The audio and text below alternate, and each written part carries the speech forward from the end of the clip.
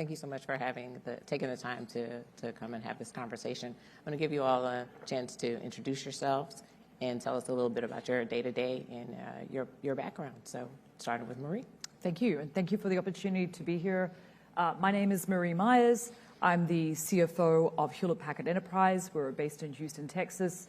We serve, hopefully, many of you in the room. We are in the business of networking, data center provisioning, and storage. And as you can tell, this is not a native Texan accent. I'm originally from Australia and delighted, looking forward to the conversation today. Kevin. Hi, I'm Kevin Mitchell, CFO for Phillips 66.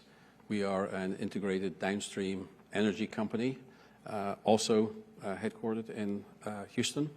By downstream, that means we do not produce hydrocarbons. We have no drilling activity or oil reserves, but we do take those hydrocarbons and turn them into more valuable products that are essential for everyday life. So everything from transportation fuels to lubricants for industries to plastics that go in all manner of different products. So very happy to be here. I also am not from the Houston area. I come from the northeast of Scotland, but I've been here for a long time and I consider it home. And Marie.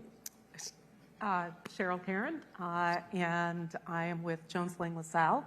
We are a global corporate real estate company. We focus on investors and serving occupiers all over the world. We are globally headquartered in Chicago, so I too am not a native of Houston. And we also provide global technology solutions for our clients, fundamentally changing the way work is delivered, managed, and created. So. Apologies, Cheryl. That's okay. We spoke so many times and just had a brain mix up there. But welcome. Thank you. Thank you again for having this. I'd like to start off with a question for Kevin. Can you walk us through the recent deal that Phillips announced with Kinder Morgan for the companies to build a new pipeline system and reverse the flow of some of their existing pipelines to transport gasoline and fuels to California and western states?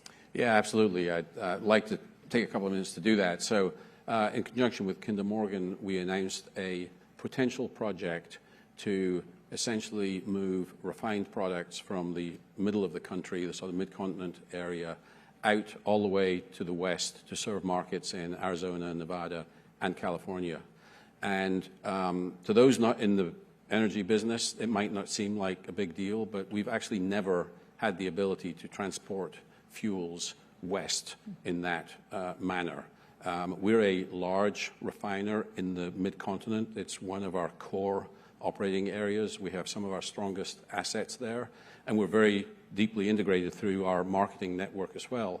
But the ability to also have another market to move product into, and that's a market that you may have seen that there have been announcements of refinery closures, including one of ours. Our Los Angeles refinery is idling as we speak right now because of challenging market conditions. It's a asset that no longer competes as well as it used to.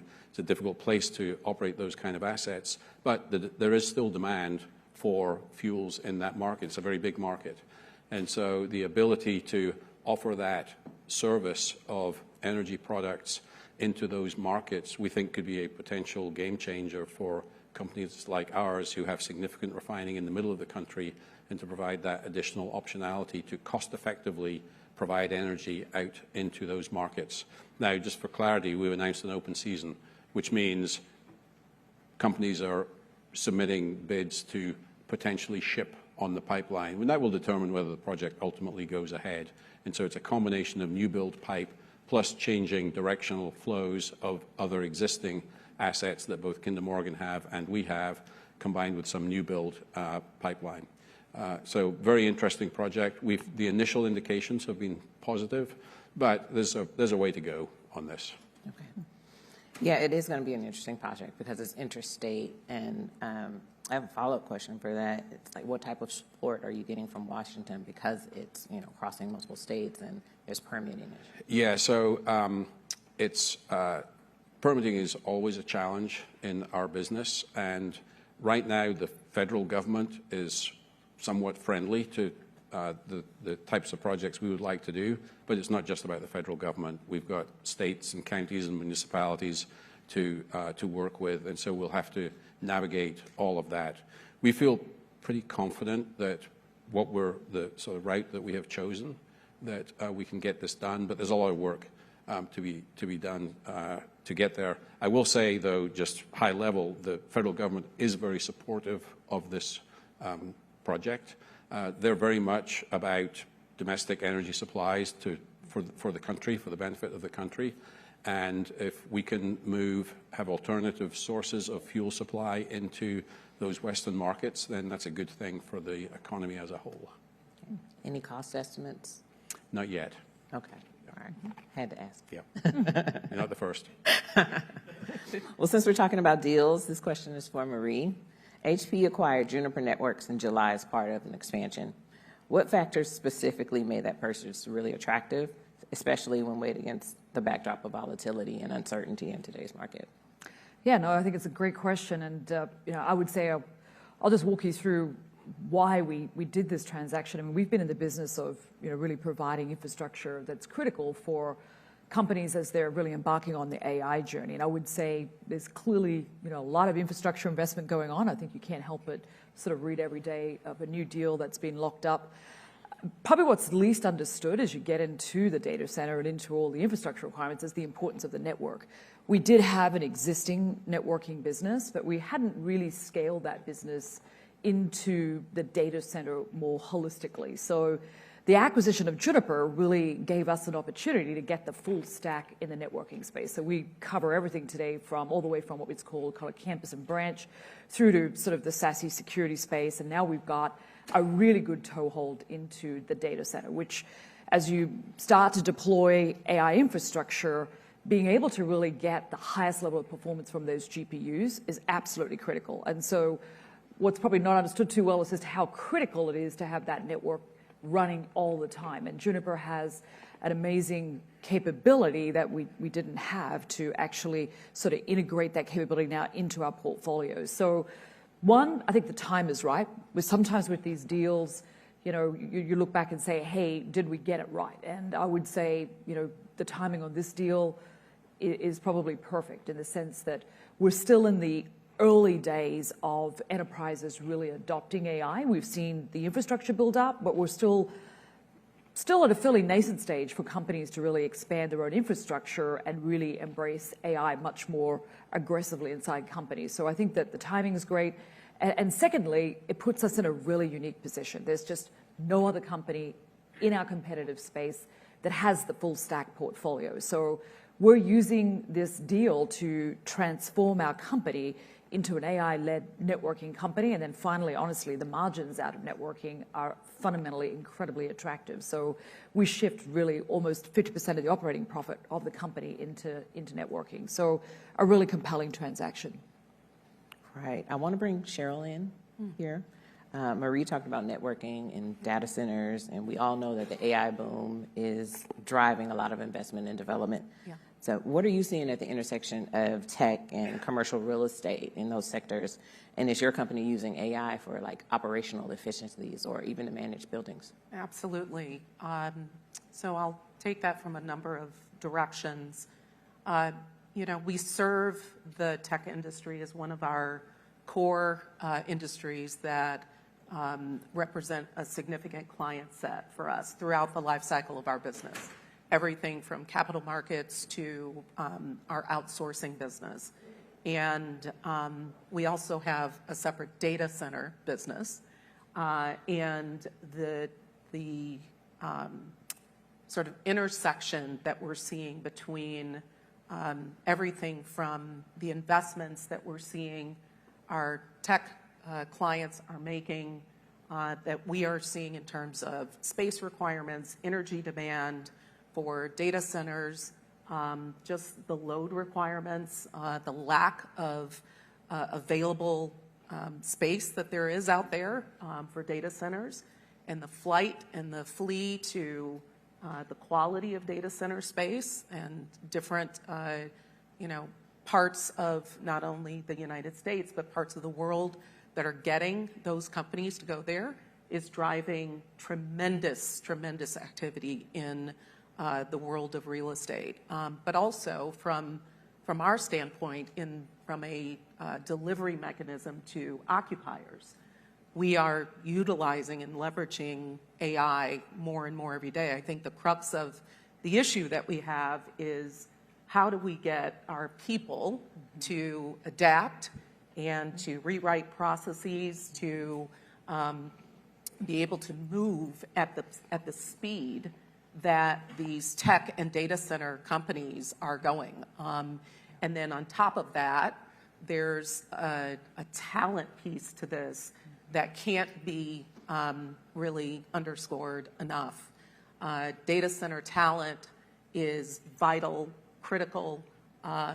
If you blink, you'll miss an opportunity to get a very limited pool of people that know how to operate these data centers. So, and then there's the added measure of standard building technicians and operators and engineers who have operated in legacy type buildings that are now going into these ultra high tech AI driven facilities, and their ability to learn, to adapt, and for us to have a workforce that is ready now to be able to operate these facilities as they're coming online is another aspect. So it's almost like an end-to-end problem that we're trying to solve, everything from just sourcing the land all the way to sourcing the talent to deliver.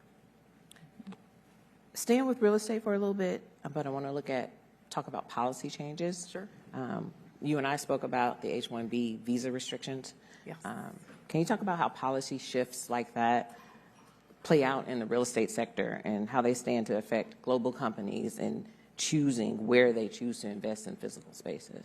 Yeah, sure. Well, what we are seeing is that policy changes have a pretty significant effect on real estate. Sometimes it can be to the benefit, and sometimes it's to the detriment. It depends on what it is and where it's happening, and how either the investors or the occupiers are going to respond to that. The HB1 visa challenge that we have now is we're seeing for clients across healthcare, across technology sectors in particular, are the ones that are reacting quite significantly to them, and are probably the ones that will be the most impacted. There are other indicators. Organizations like Walmart, for example, are pivoting away from HB1 visas, and they will be changing their talent strategies. What we're hearing from our tech clients, and perhaps Marie could attest to this, is in certain ways it might provide some sort of benefit, because there will be fewer entrants or fewer petitions for the HB1 visa, simply because it will be cost prohibitive for many organizations that don't have the big checkbooks to be able to, write checks to do this. So there will be fewer petitions, which could be an advantage for tech companies, so that they can hire the top talent that they're typically seeking, which may be in another country. But on the flip side, we're seeing many of our tech clients pivot away from the visa altogether, and they're saying, we're just going to change our talent strategy. We're going to place our top talent in other places, which could be a detriment to the real estate market, because that means if they're moving their innovation centers, if they're moving perhaps their headquarters in some regard, or major locations that house this top talent to another country, that means we have a little bit of a problem in terms of the real estate market and the stagnation that could occur from that, and the lack of innovation. Right. So, right. I want to talk a little bit more about policy, but shifting to energy and energy transition. So I'm looking at you, Kevin. Mm-hmm. Phillips has made a lot of big investments and some divestments in California, like converting the Rodeo refinery to renewable fuels. But then policy shifted around the credit incentives. And this quarter, as you mentioned earlier, you're going to be closing the Los Angeles refinery altogether. So needless to say, the energy transition in California is complicated. Would that be right? Is this how you expect it to play out in other markets too?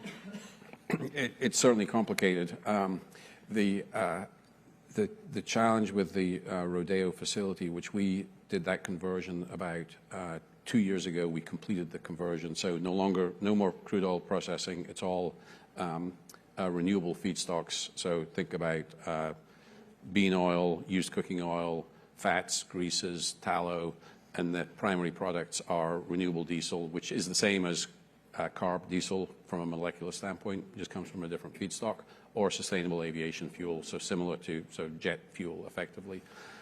When we initially brought that project online, we had significant credit incentives on manufacturing and selling those renewable fuels. They're necessary because the feedstock costs more than the oil-based equivalent fuel sells for. So your starting point is it costs you $150 per barrel for the feedstock, and the end product is worth $70. So that is not a proposition to go into business on. But we were receiving significant credits, and there are several different components of those different credits that actually made up that difference and more, to where this could actually be a very attractive business to be in. But with some changes over the course of this year, last year and this year, a lot of those credits have fallen away or no longer have the same eligibility. And the easiest example here is the most attractive feedstocks are the imported, we call them low carbon intensity feedstocks, so used cooking oil, fats, greases. So it's products that have already been used. They're some form of waste traditionally, but you can then process them and make more valuable products. That feedstock is imported because that's the primary source of those feedstocks, are Asia. They now attract a tariff on import. A competitor making renewable diesel in Singapore can bring that product into the West Coast and not pay any tariff. So we're disadvantaged right from the beginning with our feedstock is being tariffed. We don't have the same credit generation that we used to have, and so that facility is under a lot of financial pressure. So we're doing all the things you would expect to do in terms of what can we control, where can we reduce costs, how can we alter our feedstock slate. If we use domestic feedstocks, then we're less disadvantaged. There just aren't the same availability of feedstocks. And we're also, the irony here is we're finding better economics to take in those products, both renewable diesel and sustainable aviation fuel, from the West Coast and then shipping them around to Europe, to markets in Europe where they have very attractive incentives for those fuels. And that's our priority now. And so instead of this being all about sort of energy for America, we're actually making energy and shipping it to other markets that are more attractive from an economic standpoint. Still not where we need to be. Just to be clear, I mean, there's a scenario where this facility does not make it. I mean, that is a sort of worst case. It's not our base case. It's not what we want. And we're pursuing all avenues to make this a successful business. But it is definitely challenged. We have a question that's coming in online right along those lines, asking if any policy reform in California would make Phillips reverse and change their mind on closing the Carson refinery. Yeah, really not. I mean, our Los Angeles refining system is 2 sites, Wilmington and Carson, and they are connected in refining configuration by pipelines that are about 5 miles apart. Both facilities are in the final stages of shutdown. So we introduced our last crude oil into the Wilmington facility in the middle of October. And so now we're just running off the intermediate products and in the process of disposing of all of the remaining products and starting that complete idling process. One of the challenges that asset had is the oldest refinery in our portfolio. It dates back to the late 1800s. It was built to consume California crude oil. And back in the heyday of California crude production, that crude oil was very attractive and attractively priced. Strong economics around that. But because the state has made it so punitive on the upstream sector to develop and produce, production is down to something like a third of what it was just 20 years ago or so. And so now all the refiners are competing for that limited supply of crude, so you've lost that crude feedstock advantage that you used to have, and you combine that with its expensive place to do business, the regulatory requirements, just the underlying cost of operating those facilities, the energy cost made it non-economic for us to continue. Yeah. And the location, we have 650 acres in total, very close to Port of Los Angeles, Port of Long Beach. There's a lot of alternative use value options that we can avail ourselves of. Position. You mentioned tariffs, and that segues right into, I wanted to ask some questions on tariffs about HP's strategies, Marie. So HP is adjusting to using manufacturing facilities outside of China for North American products. What's the company's outlooks on tariffs in the AI era, especially when it comes to high chip costs?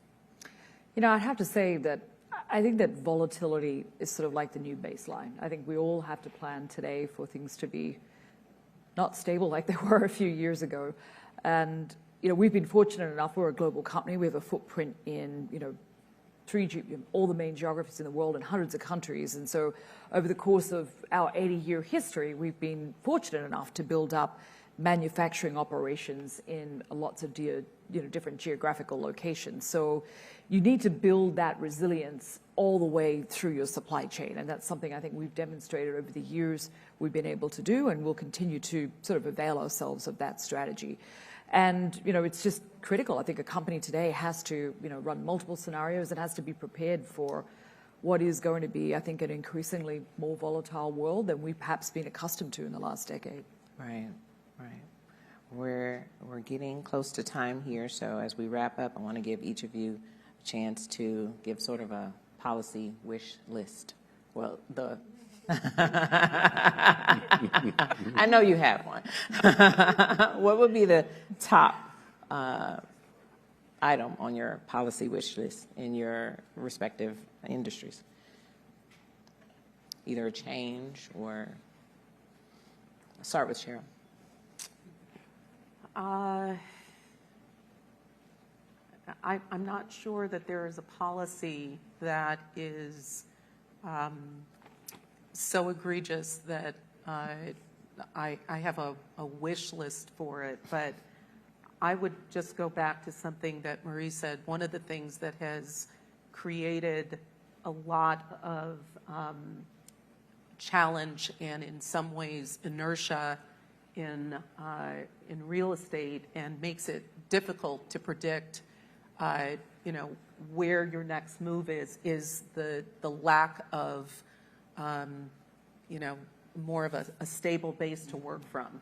It's so volatile, and every day you wake up, there's a new threat or there's a new challenge that comes up, and sometimes that's impacted by a policy change, but sometimes it's other factors. And so, you know, if I really had a wish or some sort of influence on something, it would be that we get a little bit more stability, because we're going to need that as we're facing something like AI, which is going to disrupt our industry pretty significantly and that of our clients. And we need to be focused and be very deliberate and get people on board to make those changes. So, how about you, Kevin, in energy? I would say a policy around renewable fuels and renewable feedstocks that does not disincentivize U.S. companies, U.S. manufacturing, because that's the situation we're in now. So that's one very specific request or ask. The other would be not dissimilar, just consistency. Fundamentally, we can deal with most policies if we know we have consistency, and then we can plan around them and make our decisions accordingly. And that's an important thing, even if we don't particularly like them. But if we have consistency around it, we can usually do okay. I think I've got the easiest question to answer now. So, look, I think we've all been dealing with a lot of general macro uncertainty, policy changes. I think my big wish going into 26 is exactly what you both said. I think we see a much more stable environment. I think most of us been in business long enough, we can manage through changes, but certainly there's been a lot to take in, and the timing of all of that has been somewhat unpredictable. So my big wish for 26 is we see, generally more stability in policies and also, a more stable sort of international macroeconomic environment.